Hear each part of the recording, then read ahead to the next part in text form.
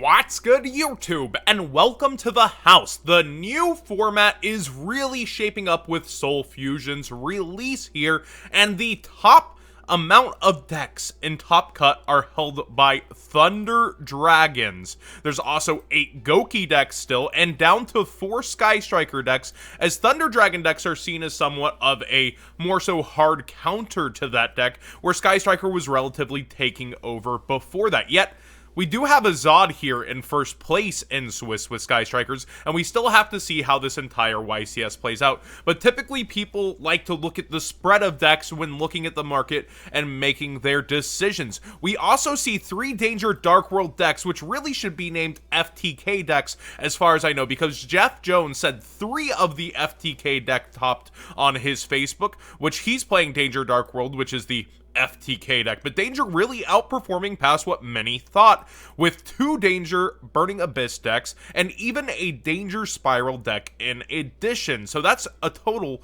of 7 decks abusing Danger. So let's kind of look at how things have fallen out from Soul Fusion since the cards are on their first weekend in market, but also there's the hype of a YCS. So this might be the calm before the thunderstorm. You see what I did there.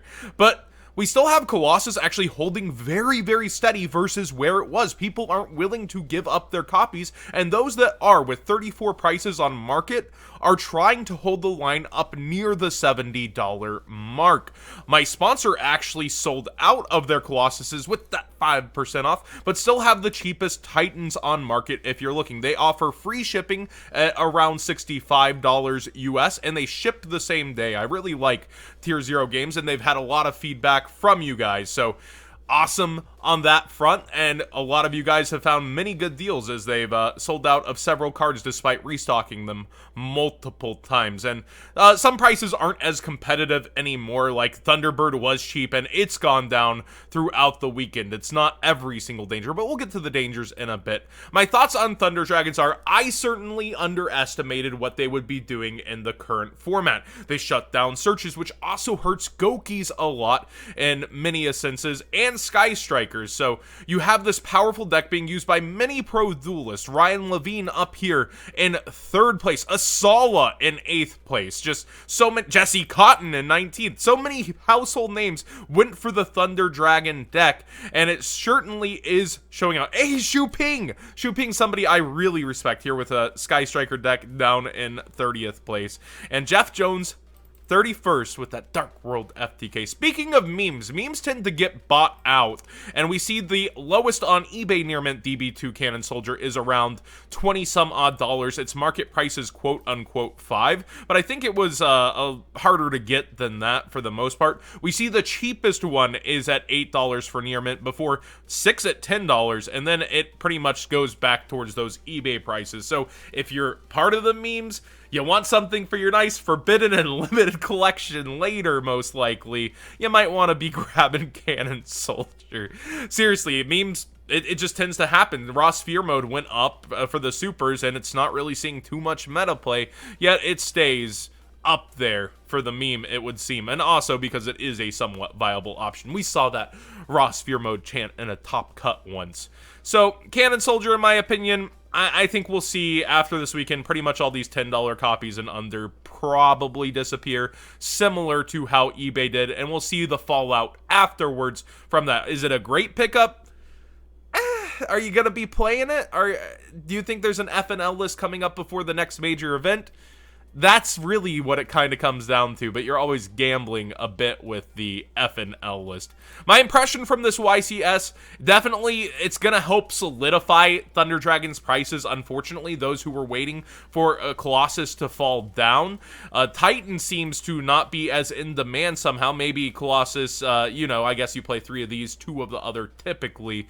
We'll see how the deck lists shape out, but in my opinion, yeah, it feels short printed. I'm going to get ratios for you guys later if I can. One of my huge sources for that is gone, so I have to find more reliable sources out there to be able to talk with and get you ratios on. I believe Tier 0 actually has 20 cases, so I'll talk to them about that in a bit.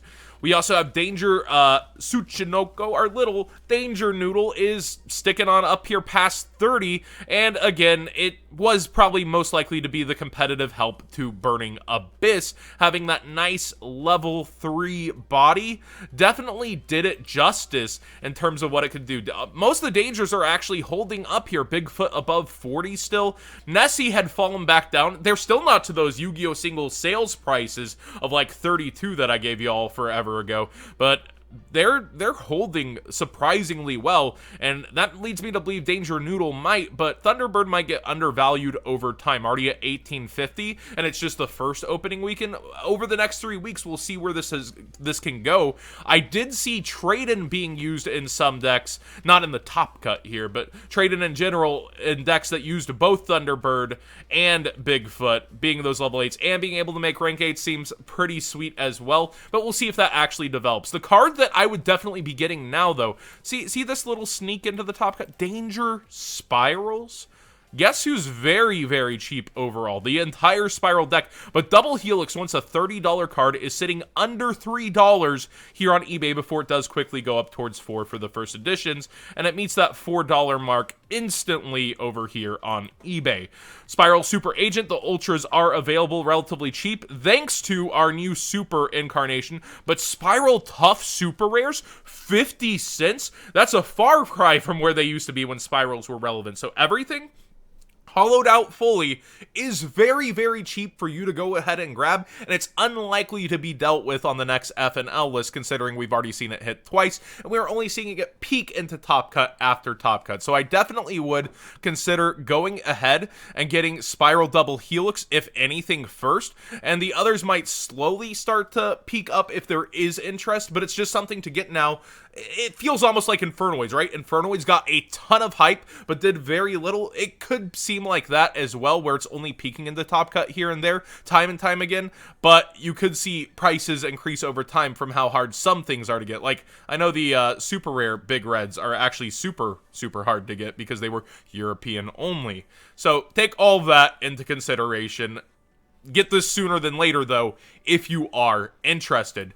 I'm going to talk about sealed product. This is something I brought up on the Patreon Market Watch feed, but this legendary deck feels like a bust so far compared to every past legendary deck, and the legendary decks are the typically best sealed product to invest in all of Yu-Gi-Oh! We actually take a look at this, and there are sellers already at $23. Now, the vendors do get these at $16.50, so with shipping, they are making maybe just a little bit after fees. It's pretty crazy to see this down so low already, and last year's Dragons deck have finally started to rise with the release of this deck. They were still available at $25 on Amazon and $30 to $32 when I showed them last on Market Watch, and I said I think these will start to go up over time. You have a solid $10 card in Apprentice Illusion Magician, as well as many other cards that have value, and they'll run out eventually. But this legendary deck starts off with nothing of value above 250, but a lot of 2 to 250s it seems, and then